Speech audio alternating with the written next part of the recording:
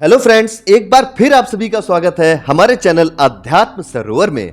दोस्तों, आज मैं आपको बताऊंगा एक बहुत ही बड़े सिद्ध संत बाबा गोरखनाथ के बारे में। बाबा गोरखनाथ के जन्म के समय पर जितने मतभेद हैं, उतना ही उनके जन्म की कहानी पर भी। पुराणों के अनुसार जहां गोरखनाथ को भगवान शिव का अवतार बताया जाता है, वहीं उन्हें नाथ संप्रदाय को ऊंचाई पर पहुंचाने के साथ ही योग, प्राणायाम आदि का जनक भी बताया जाता है। आपको बता दें कि शैव संप्रदाय के अंतर्गत ही शाक्त, नाथ और संत संप्रदाय आते हैं। उन्हीं में 10 नामी और 12 गोरखपंथी व नाथ संप्रदाय भी शामिल हैं। बाबा गोरखनाथ और उनके गुरु मत्स्येंद्र नाथ के समय के बारे में भारत में अनेक विद्वानों ने अनेक प्रकार की बातें कही हैं। समय का मतभेद तो विद्वानों में है ही, यदि जन्म की प्रक्रिया पर आए तो वह कहानी भी कम रोचक नहीं है।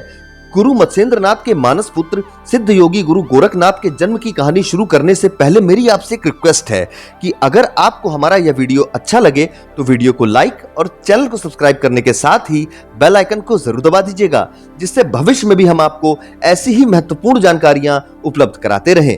तो चलिए दोस्तों, शुरू करते हैं। मान्यता के अनुसार कहा जाता है कि एक बार गुरु मत्स्येंद्र नाथ भिक्षा मांगने एक गाँव गए। एक घर में भिक्षा देते हुए उन्हें एक उदास स्त्री दिखाई दी, तो गुरु ने पूछा, क्या समस्या है? स्त्री ने जवाब दिया कि मेरी कोई संतान नहीं है। उस स्त्री को परेशान देख गुरु मत्स्येंद्र नाथ ने उसे अभिमंत्रित कर एक चुटकी भभूत दी और पुत्र प्राप्ति का आशीर्वाद देकर चले गए। कहते हैं कि लगभग 12 साल बाद गुरु मत्स्येंद्र नाथ जब पुनः उसी गांव में उस स्त्री के घर भिक्षा मांगने पहुंचे तो दरवाजे के बाहर से ही आवाज लगाकर स्त्री को बुलाया कि अब तो तेरा बालक 12 साल का हो गया होगा। पर वास्तविकता से अनजान वह स्त्री गुरु मत्स्येंद्र नाथ की सिद्धियों से भी अनजान थी। इसलिए कहा जाता है कि उस महिला ने उस भभूत को खाने के बजाय गोबर में फेंक दिया था। लेकिन कहते हैं कि गुरु मत्स्येंद्र नाथ की सिद्धि इतनी प्रबल थी कि वो भभूत बेकार नहीं गई। वह स्त्री गुरु मत्स्येंद्र नाथ का तेज देखकर घबरा गई और डरते हुए सारी बात बता दी कि मैंने भभूत को गोबर में फेंक दिया था। गुरु मत्स्येंद्र नाथ ने उस स्त्री से कहा, दिखाओ जहां फेंका है। गुरु जब वहां जाते हैं तो देखते हैं कि एक गाय गोबर से भरे गड्ढे के ऊपर खड़ी है और अपना दूध उस गड्ढे में छलका रही है। तब गुरु ने उस स्थान पर बालक को आवाज लगाई। कहा जाता है कि गुरु मत्स्येंद्र नाथ की आवाज सुनते ही उस गोबर वाले गड्ढे से एक 12 साल का सुंदर बालक बाहर आ गया और हाथ जोड़कर गुरु के सामने खड़ा हो गया। इस प्रकार कहा जाता है कि बाबा गोरखनाथ का जन्म स्त्री के गर्भ से नहीं बल्कि कुछ दूसरी प्रक्रिया से ही हुआ था, इसलिए उनका नाम गोरक्षनाथ पड़ा। साथ ही उनके जन्म की प्रक्रिया को अवतारों से भी जोड़ा जाता है। उन्हें भगवान शिव का अवतार माना जाता है। आगे कथा के अनुसार इस 12 साल के बालक को गुरु मत्स्येंद्र नाथ अपने साथ लेकर चले गए और यही बालक आगे जाकर हठ योगी गुरु गोरखनाथ बना। गुरु गोरखनाथ ने ही नाथ योग, आसान प्राणायाम, षटकर्म, मुद्रा, नादानुसंधान, कुंडलिनी आदि योग और प्राणायाम की परंपराएं शुरू की थीं। ये योग साधनाएं गुरु गोरखनाथ की ही देन है। जहां गुरु गोरखनाथ ने नाथ संप्रदाय की शुरुआत की थी, वहीं गोरखनाथ ने हठ योग की परंपरा को आगे बढ़ाने वाले सिद्ध योगियों में चौरंगीनाथ, गोपीनाथ, चुड़करनाथ, भर्तहरि, जालंधरी पाव आदि प्रमुख हैं। 13वीं सदी में इन्होंने गोरखवाणी का प्रचार प्रसार किया था। यह एकेश्वरवाद पर बल देते थे, ब्रह्मवादी थे तथा ईश्वर के साकार रूप शिव के अलावा कुछ भी सत्य नहीं मानते थे। नाथ संप्रदाय गुरु गोरखनाथ से भी पुराना है।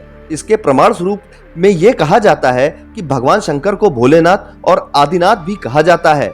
आदिनाथ होने के कारण उनका एक नाम आदिश भी है। इस आदिश शब्द से ही आदेश शब्द बना है। जहां भगवान शंकर की परंपरा को उनके शिष्यों बृहस्पति, विशालाक्ष, शुक्र, सहस्त्राक्ष, महेंद्र, प्राचेतस, मनु, भरद्वाज, अगस्त्य मुनि, गौरशिरस मुनि, नंदी, कार्तिकेय, भैरवनाथ आदि ने आगे बढ़ाया। वहीं भगवान शंकर के बाद इस परंपरा में सबसे बड़ा नाम भगवान दत्तात्रेय का आता है। दत्तात्रेय को आदि गुरु भी माना जाता है। भगवान दत्तात्रेय के बाद सिद्ध संत गुरु मत्स्येंद्र नाथ ने नाथ परंपरा को फिर से संगठित करके पुनः उसकी धारा को अबाध गति से आगे बढ़ाने का कार्य किया। वहीं गुरु मत्स्येंद्र नाथ के बाद उनके शिष्य गुरु गोरखनाथ ने नाथ परंपरा को एक नई बुलंदियों पर पहुंचाया। कहा जाता है कि उनके लाखों शिष्यों में हजारों उनके जैसी ही उच्च कोटि के सिद्ध होते थे। गुरु गोरखनाथ के संप्रदाय की मुख्य 12 शाखाएं हैं। भुज के कंठरनाथ, पागलनाथ, रावल, पंख या पंख, वन, गोपाल या राम, चांदनाथ कपिलानी, हेठनाथ, आई पंथ, वैराग पंथ, जयपुर के पावनाथ और गजनाथ। गुरु गोरखनाथ जी के नाम से ही नेपाल के गोरखाओं को गोरखा नाम मिला। नेपाल में एक जिला है गोरखा, उस जिले का नाम गोरखा भी गुरु गोरखनाथ के नाम पर ही पड़ा। ऐसी मान्यता है कि गुरु गोरखनाथ सबसे पहले यहीं दिखे थे। नेपाल के जिला गोरखा में एक गुफा है जहां गोरखनाथ का पग चिन्ह है और उनकी एक मूर्ति भी है। यहाँ हर साल वैशाख पूर्णिमा को एक उत्सव मनाया जाता है जिसे रोट महोत्सव कहते हैं और यहाँ मेला भी लगता है। गुरु गोरक्षनाथ जी का एक स्थान उच्चे टीले गोगामेड़ी राजस्थान हनुमानगढ़ जिले में भी है। वहीं गोरखपुर में विशाल मठ और मंदिर तो है ही। दोस्तों, आपको हमारा यह वीडियो कैसा लगा कमेंट बॉक्स में जरूर बताएं। धन्यवाद।